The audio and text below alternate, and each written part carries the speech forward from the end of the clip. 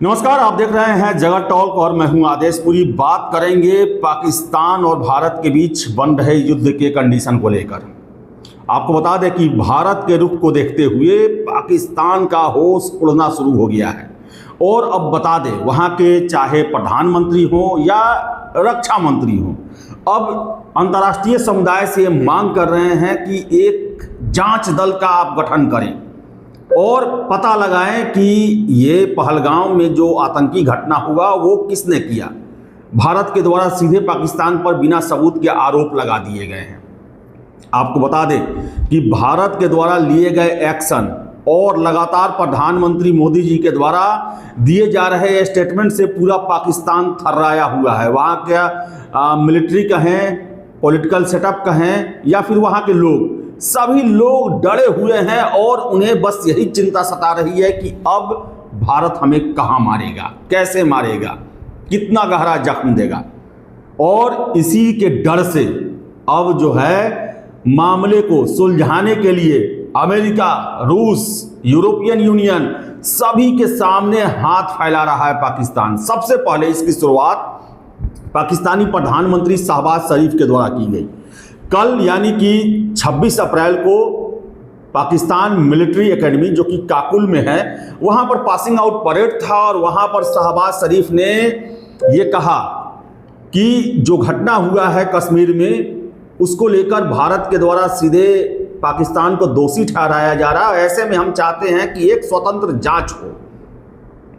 इसके साथ साथ बता दें, जो पाकिस्तान के डिफेंस मिनिस्टर हैं ख्वाजा आसिफ, उनके द्वारा एक रूसी पत्रकार को दिए गए अपने बयान में कहा गया कि रूस, अमेरिका या फिर जो यूरोपियन कंट्री है वो एक स्वतंत्र अंतर्राष्ट्रीय दल का गठन करे जो कि जांच करेगा कि कश्मीर में जो हमला हुआ पर्यटकों पर वो किसने किया। हालांकि पाकिस्तान का कहना है कि ये वहाँ के स्वतंत्रता सेनानियों के द्वारा किया गया है।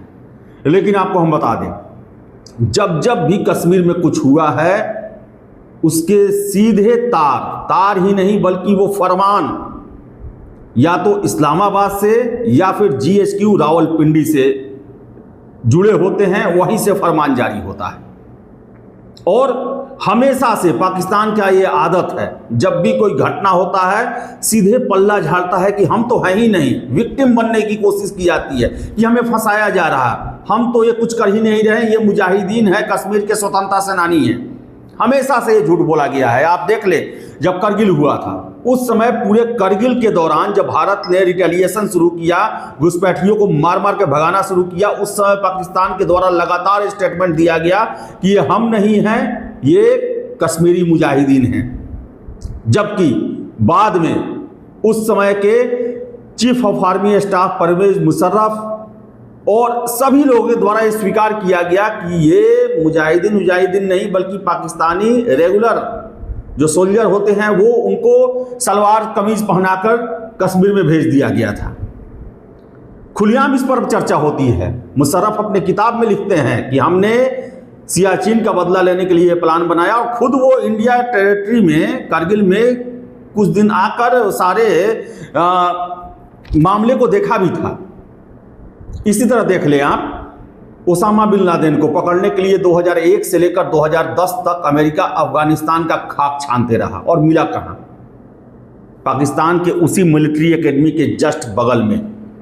और 6 साल से वो रह रहा था और पाकिस्तान जो है अरबों खरबों डॉलर अमेरिका से ऐंठ रहा था और अफगानिस्तान में उसे जंगल जंगल, पहाड़ पहाड़, गुफा गुफा घुमा रहा था। इसके अलावा जो 26 से 11 का अटैक भारत में हुआ था उसको लेकर भी पाकिस्तान इनकार करता है। लेकिन सारा लोग जानता है कसाब जो पकड़ा गया था वो पाकिस्तानी था। उसने अपने कबूलनामे में बताया था कि कैसे कैसे कहाँ कहाँ ट्रेनिंग दी गई और कौन कौन लोग शामिल थे। उसने साफ साफ बताया था कि इसमें ISI सेना के लोग, सभी लोग शामिल थे जिन्होंने ये कांड कराया।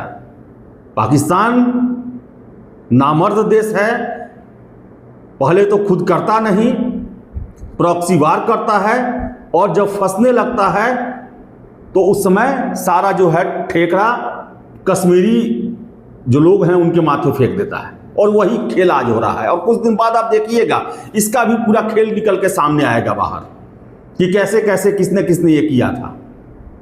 तो बताएं कि पाकिस्तान का होश जो है वो उड़ा हुआ है भारत के रुख को देखते हुए, और अब पैर पकड़े जा रहे हैं, हाथ जोड़े जा रहे हैं पश्चिमी देशों के पास कि किसी तरह जो है स्वतंत्र जांच या फिर जो समझौता होने का जो है बीच में मध्यस्थता की कोशिश करें आप। ईरान, सऊदी अरब, दोनों के पास पाकिस्तान ने जाकर पैर पकड़ा है कि आप कहें मध्यस्थता करने के लिए, और दोनों ने पेशकश की है, लेकिन भारत ने साफ साफ ये क्लियर कर दिया है कि कोई मध्यस्थता, कोई बातचीत नहीं।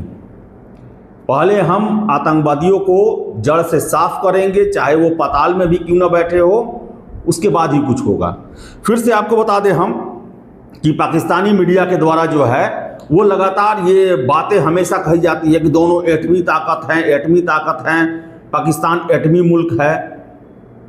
भारत ने साफ साफ कर दिया है कि एटमी हो या कुछ भी हो, अगर आप हमारे देश में आतंक फैलाएंगे हम घुस के मारेंगे।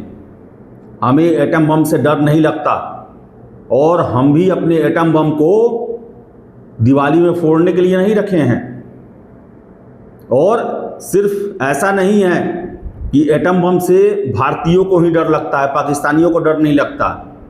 सबसे ज़्यादा डरते हैं आपके मिलिट्री वाले, जो कभी भी मर्दों की तरह युद्ध नहीं करते। चाहे 48 हो, कबायली को भेजा, 65 हो, ऑपरेशन जिब्राल्टर के तहत जो है उसमें भी मुजाहिदीन बना के भेजा गया। 71 अपने ही लोगों पर जिनोसाइड कर रहे थे, जिसके कारण भारत को इंटरवेन करना पड़ा।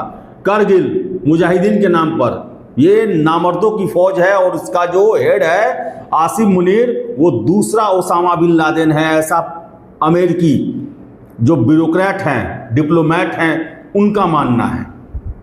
जिहादी सोच का जनरल है ये आसिम मुनीर। अब देखिए 16 अप्रैल को जो ओवरसीज पाकिस्तानी का बैठक था इस्लामाबाद में, आखिर उसमें अब टू नेशन थ्योरी की क्या ज़रूरत? आपने पाकिस्तान बना लिया, वहाँ के जो हिंदू थे उनको मार पीट के भगा दिया या कत्लेआम कर दिया, अब तो वहाँ पर मेजोरिटी जो है वो तो मुसलमानों की है। अब टू नेशन थ्योरी का क्या वास्ता इससे? आप किसको संबोधित कर रहे हैं, किसको उकसाने की कोशिश कर रहे हैं? फिर से कल जो काकुल में पीएमए का पासिंग आउट परेड था, वहाँ भी इसने इस बात को दोहराया कि कलमे पे बना है पाकिस्तान, टू नेशन थ्योरी जो है वो बहुत सही था। हम लोग जो हैं वो खान पान, रहन सहन, रीति रिवाज सब चीज़ में हिंदू से अलग हैं। अब आप पाकिस्तान में हो, पाकिस्तान जो है वो हिंदुस्तान में है क्या कि ये टू नेशन थ्योरी का चर्चा हो रहा है? ये जानबूझकर जो कश्मीरी हैं या फिर इंडिया में जो लोग पाकिस्तान के लिए सिंपैथी रखते हैं, डायरेक्ट इनडायरेक्ट उनको ये संबोधित करके याद कराने की कोशिश इस जिहादी जनरल के द्वारा की जा रही है कि आप और हिंदू एक साथ नहीं रह सकते, दोनों अलग अलग अलग जो हैं वो देश हैं एक तरह से। अब सोचिए कि ये कैसा ये जनरल है। पाकिस्तान में बलूची जो हैं वो क्या हिंदू हैं? क्यों अलग होना चाहते हैं पाकिस्तान से? जो पख्तून हैं, पश्तून जो हैं, वो क्यों अलग होना चाहते हैं पाकिस्तान से? वो क्या हिंदू हैं? ईस्ट पाकिस्तान जो बांग्लादेश है वो क्यों अलग हो गया? क्या वो हिंदू हैं? अफगानिस्तान जूते मार के आपको भगा रहा है, वो कौन हैं? वो हिंदू हैं। ये सीधे और सीधे भारत के लिए, भारत के इंटरनल मामला में हस्तक्षेप करने और कश्मीर में फिर से जिहाद को एक्टिव करने का प्रयास इस पाकिस्तानी दो कौड़ी के जनरल के द्वारा दिया गया, और कलमे के नाम पर बना है पाकिस्तान। और देखिए कि जो हत्याएं हुई पहलगाम में, कलमा पूछ के ही हुआ। ये डायरेक्ट नेक्सस है भाई। कश्मीर में एक कुछ भी गड़बड़ होता है वो पाकिस्तान के द्वारा ही कराया जाता है। कुछ लोग कह रहे हैं भारत में कि ये इंटेलिजेंस फेल्योर है, सिक्योरिटी फेल्योर है। अरे जब तक आप पाकिस्तान को दंडित नहीं करेंगे, पाकिस्तान के आर्मी को इसके लिए सज़ा नहीं मिलेगी, वहाँ के कठमुल्लों को इसके लिए सज़ा नहीं मिलेगी, आप पूरे भारत का फौज और पूरा आईबी रो बैठा दे, ये घटना भले ही 4 साल ना हो, 8 साल ना हो, लेकिन होगी जरूर। क्योंकि वो सोच कश्मीर में भी मौजूद है।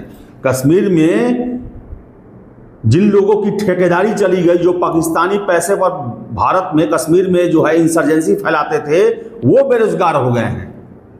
पाकिस्तान देख रहा है कि कश्मीर में इन्वेस्टमेंट हो रहा है, कश्मीर में शांति आ रही है, कश्मीर में चुनाव हो रहा है, कश्मीर में डेवलपमेंट हो रहा है। ऐसे में हमें पूछेगा कौन, हमें याद कौन रखेगा? तो बस हो गया। पूरा देखें अगर आप, तो जो गर्मियों के दिन में कश्मीर पूरा देश घूमने जाया करता था, बहुत बड़ी संख्या में कमी हो गई है। और यही पाकिस्तान चाहता है, और इसके लिए जरूरी है कि पाकिस्तान में घुस के और जितने कत्लेआम वो इंडिया में कर रहे हैं, उसका सीधे 100 गुना पाकिस्तानी आर्मी पर उसका असर होना चाहिए। 28 पर्यटक मारे गए हैं, तो कम से कम 2500 पाकिस्तानी सेना मारे जाने चाहिए। तब यह अकल इनको ठिकाने पे आएगा, तब इनको समझ में आएगा कि क्या होता है नरसंहार और क्या होता है आतंकी घटना। जब तक ये नहीं किया जाएगा, तब तक ये नहीं सुधरने वाले हैं। यदि आप लाख लॉन्च पैड और ये सब आप कर लें, फिर वो पनप जाएंगे। और इसके बाद पीओके, चाहे जिसे वो आज़ाद कश्मीर कहते हैं, और गिलगित बाल्टिस्तान जो है, उन्हें भारत को अपने अंडर में मिलाना ही पड़ेगा। जब तक ये नहीं मिलेगा, समझिए कश्मीर में शांति नहीं आने वाली है। और हो ना हो, इसी से संबंधित कोई प्लानिंग चल रही है, और यही कारण है कि पाकिस्तान का होश उड़ा हुआ है। फिर से बता दें आपको, हम बहुत लोगों का, भारत में ही बहुत लोगों का कहना है कि हमने राफेल क्यों मंगाया है, नींबू और ये सब दिखाने के लिए, या फिर अभी के सिचुएशन में लड़ने के लिए।